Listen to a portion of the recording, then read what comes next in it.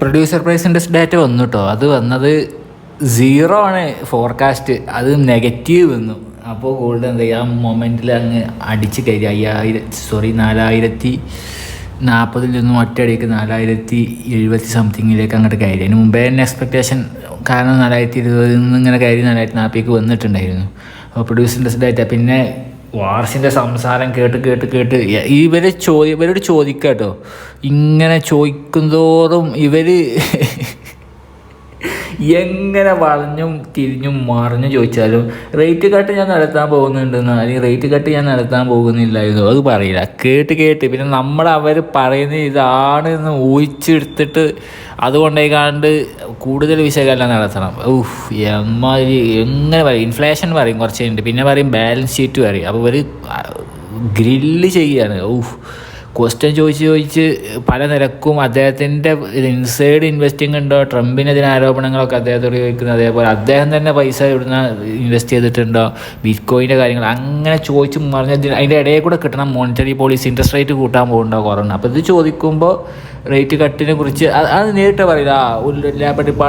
Labour market എങ്ങനെയുണ്ടോ എന്ന് നോക്കണം, അത് വെരി ഗുഡാണ് പറയും. അത് പറയുമ്പോൾ നമ്മൾ കരുതുക ഓക്കെ ഇനി റേറ്റ് കട്ടൊക്കെ നടത്താൻ, അപ്പോൾ ഇൻഫ്ലേഷൻ ഈസ് ഹൈലി കൺസേൺ അറിയാം അടുത്തതിൽ. പിന്നെ പറയും അപ്പോൾ ഇങ്ങനെ ഇനി എന്താണ് ഈ ഇൻഫ്ലേഷൻ കൺസേൺ, പിന്നെ പറയും ബാലൻസ് ഷീറ്റിൽ സാധനമുണ്ട്. അപ്പോൾ ബാലൻസ് ഷീറ്റിൽ ഒരുപാട് ഇതുണ്ടായി കഴിഞ്ഞാൽ എന്താക്കാൻ പറ്റില്ല, റേറ്റ് അങ്ങനെ കൂട്ടി കൊടുക്കാൻ പറ്റില്ല, ബാങ്കുകൾക്ക് പ്രശ്നമായിട്ട് മാറും. ഇനി ഇൻഫ്ലേഷൻ കൂടുതലായി കഴിഞ്ഞാൽ റേറ്റ് ഹൈക്ക് നടത്താം. പക്ഷേ അപ്പോൾ ലേബർ ഡിപ്പാർട്ട്മെൻറ്റ് അങ്ങനെ പറയും, ജോലി ഉഷാറാണെങ്കിൽ കുഴപ്പമില്ല.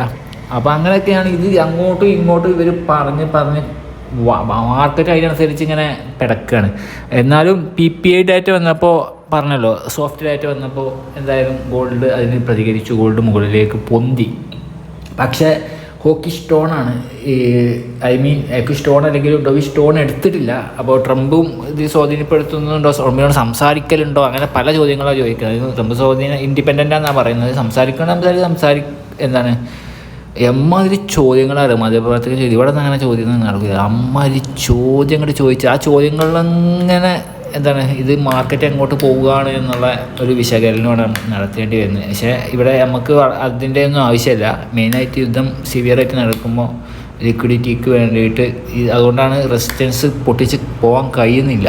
അത് എങ്ങനെയായാലും ഇന്നത്തെ ഡേറ്റും ഗോൾഡിന് അനുകൂലം. അപ്പോൾ ഉയർന്നാലും അതിൽ പ്രോഫിറ്റ് ടേക്കിങ് വരികയാണ്, അല്ലെങ്കിൽ ലിക്വിഡിറ്റിക്ക് വേണ്ടിയിട്ട് ആളുകൾ ആശ്രയിക്കുകയാണ്. അതുകൊണ്ട് യുദ്ധം നിൽക്കണം, അല്ലെങ്കിൽ മറ്റൊരു ഫ്രഷ് കാറ്റലിസ്റ്റ് വരണം. 2 കാറ്റലിസ്റ്റുകളും ഇന്ന് വന്ന് ഭേദിക്കാൻ കഴിഞ്ഞില്ല. റെസിസ്റ്റൻസ് 1,5280 ഉള്ളത്.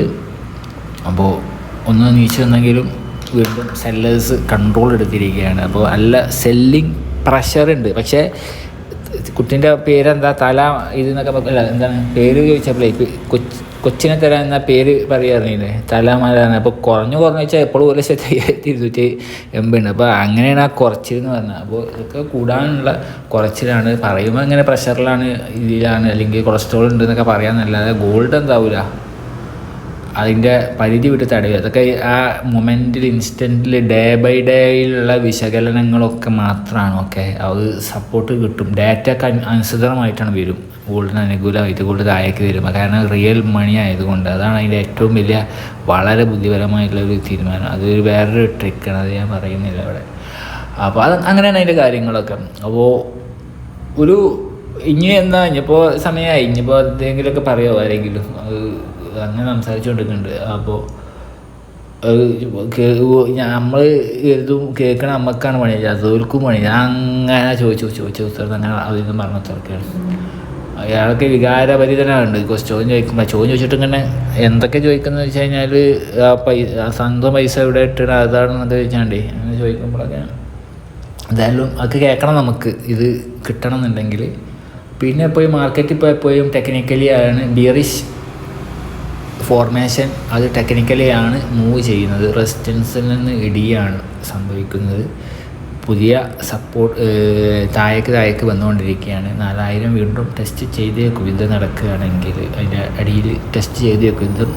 യുദ്ധം തുടരുകയാണെങ്കിൽ സമാധാനത്തിലേക്ക് കാര്യങ്ങൾ പോവട്ടെ. ഓക്കെ, ഏകദേശം 15 മിനിറ്റ് ആയിട്ടുണ്ടായിരുന്നു ഈ വീഡിയോ അപ്ലോഡ് ചെയ്യേണ്ടതെന്ന് കരുതിയത്. പക്ഷേ വളരെ പ്രധാനപ്പെട്ട ഒരു കാര്യം, ഇന്ത്യയിൽ മുമ്പേ പറഞ്ഞുകൊണ്ടിരിക്കുന്ന ഒരു കാര്യമാണ് പേപ്പർ ഗോൾഡ്. അതിന് അതിനൊന്നും വിലയില്ല. ഫിസിക്കലി എന്തെങ്കിലും എപ്പോഴും വീഡിയോയിൽ ഉൾപ്പെടുത്തലുണ്ടല്ലോ. ഇപ്പോൾ എന്താ അറിയോ, ജൂലൈ 24 കൂടി ചൈന അത് നിർത്തുക എന്നാണ് പറയുന്നത്. അതോടുകൂടി ഫിസിക്കൽ ഗോൾഡിൻ്റെ ഡിമാൻഡ് കൂടും.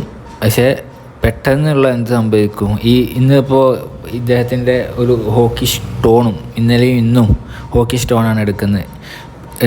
ഫെഡ് ട്രംപിനോട് പറഞ്ഞു ഞാൻ ഇൻഡിപെൻഡൻറ്റ് മാൻ എന്നൊക്കെ പറഞ്ഞു. പിന്നെ അതിനെക്കുറിച്ചൊക്കെ അത് സംസാരിച്ചു. ഓക്കെ, അതൊന്നും ജോബിനൊന്നും പ്രശ്നമില്ല എന്നുള്ള രീതിയിലാണ് പറയുന്നത്.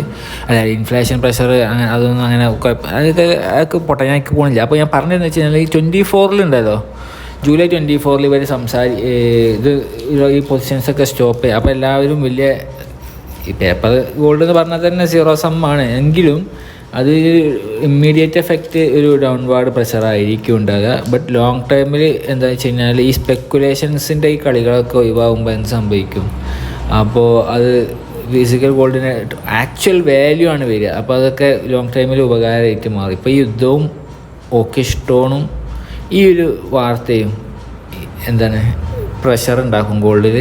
പക്ഷേ ലോങ് ടേമിൽ ചൈനീസ് സ്പെക്കുലേറ്റേഴ്സ് രാവിലെ ഭയങ്കരമായ രീതിയിൽ ഉയർത്തിയിരുന്നു. നിങ്ങൾക്ക് ഓർമ്മയല്ലേ, 4000 5000 അങ്ങനെ പോയിരുന്ന് രാവിലെ എണീക്കുമ്പോഴേ നിന്നും ഞെട്ടിച്ചിരുന്നത്. US മാർക്കറ്റിൽ അതിൻ്റെ സെല്ലും നടക്കും.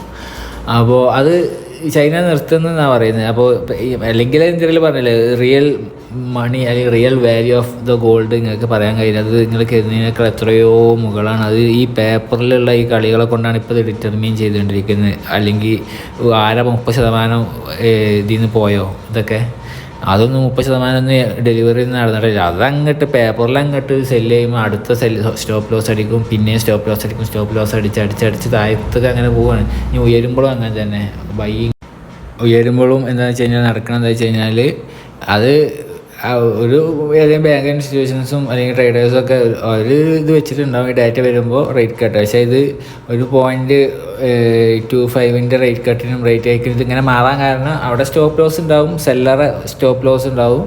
അവൻ ബൈ ചെയ്യാൻ നിർബന്ധിതമാവും ഉയരുമ്പോൾ. അതങ്ങനെ അങ്ങനെ മേലേക്ക് പോവുകയാണ്. ഇപ്പോൾ ഉദാഹരണം ഇപ്പോൾ ഈ രാത്രി ഇദ്ദേഹത്തിൻ്റെ സംസാരത്തിൻ്റെ എഫക്റ്റ് ഉണ്ടാവും, അത് ലോക്കായിട്ട് കിടക്കും ഓരോ പ്രൈസ്.